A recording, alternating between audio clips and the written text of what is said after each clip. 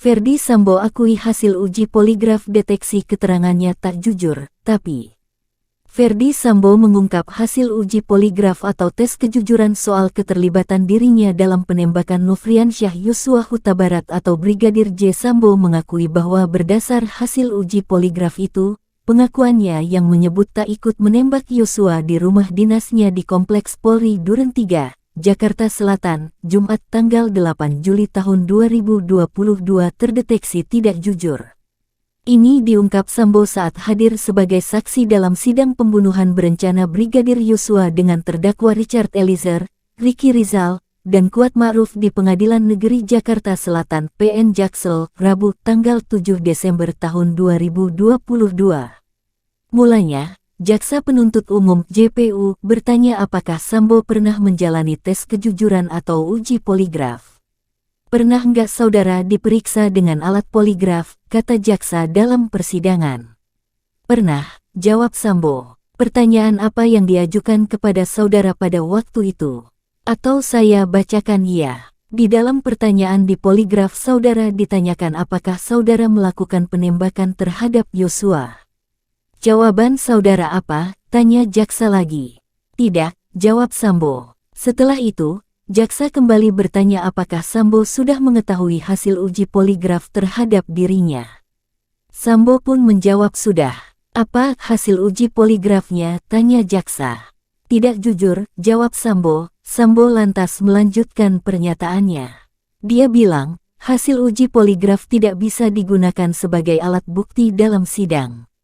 Kepala Divisi Profesi dan Pengamanan Kadif Propam itu tidak ingin pengakuannya soal hasil uji poligraf ini membuat khalayak menilai dia tidak jujur soal penembakan Yosua. Mohon maaf, Yang Mulia, belum selesai saya menjawab. Poligraf itu setahu saya tidak bisa digunakan dalam pembuktian di pengadilan. Hanya pendapat saja. Jadi jangan sampai framing ini membuat media mengetahui bahwa saya tidak jujur, ucap Sambo.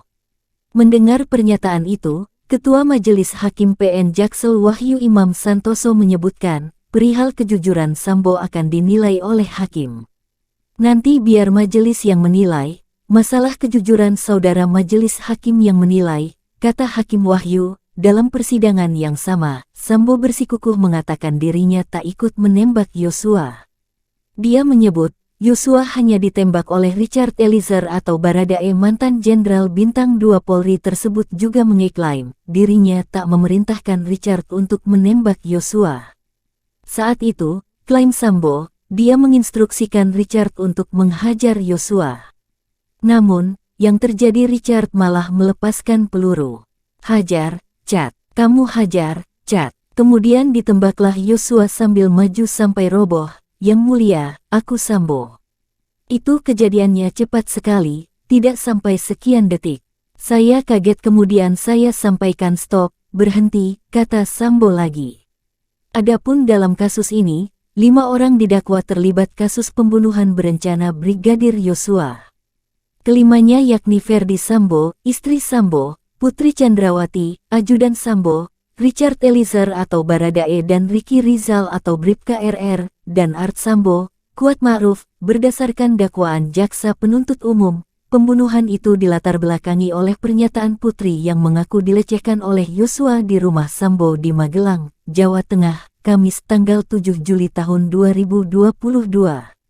Pengakuan yang belum diketahui kebenarannya itu lantas membuat Sambo marah hingga menyusun strategi untuk membunuh Yosua. Disebutkan bahwa mulanya, Sambo menyuruh Ricky Rizal atau Bribka RR menembak Yosua. Namun, Ricky menolak sehingga Sambo beralih memerintahkan Richard Eliezer atau Baradae Brigadir Yosua dieksekusi dengan cara ditembak 2-3 kali oleh Baradae di rumah dinas Sambo di Kompleks Polri Duren 3, Jakarta Selatan, Jumat tanggal 8 Juli tahun 2022. Setelahnya, Sambo menembak kepala belakang Yosua hingga korban tewas. Mantan Kepala Divisi Profesi dan Pengamanan Kadif Propam Polri itu lantas menembakkan pistol milik Yosua ke dinding-dinding untuk menciptakan narasi tembak-menembak antara Brigadir J dan Baradae yang berujung pada tewasnya Yosua. Atas perbuatan tersebut, Para terdakwa didakwa melanggar pasal 340 KUHP subsidiar pasal 338 KUHP Jo pasal 55 ayat 1 pertama KUHP Jo pasal 56 pertama KUHP. Menteri Koordinator Bidang Politik, Hukum, dan Keamanan Menko Polhukam Mahfud MD menyampaikan, tidak perlu ada yang dicurigai dalam persidangan kasus pembunuhan Brigadir Nofriansyah Yosua Huta Barat yang salah satu terdakwanya adalah ex-Kadif Propam Polri Verdi Sambo. Mahfud melihat semua pihak yang terlibat dalam persidangan telah menjalankan tugasnya masing-masing dengan baik.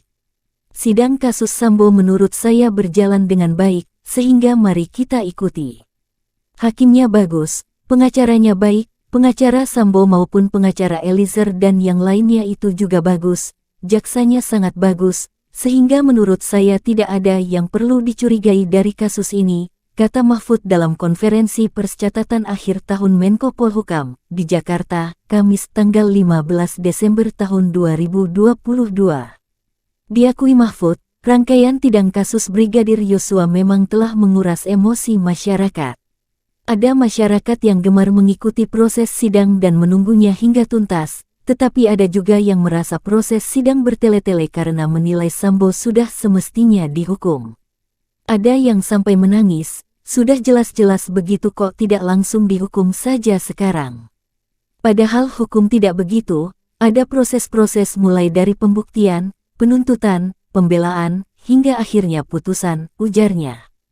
Karenanya, Mahfud meminta publik untuk bersabar mengikuti proses persidangan kasus Brigadir Yosua hingga tuntas. Itu masih perlu waktu, nggak bisa buru-buru, kata Mahfud MD. Di hadapan hakim, Verdi Sambo mengakui hasil tes lie detektor ungkap dirinya tidak jujur hasilnya. Alat uji kebohongan menyebut mantan Kepala Divisi Profesi dan Pengamanan Kadif Propam Polri itu tidak jujur alias berbohong.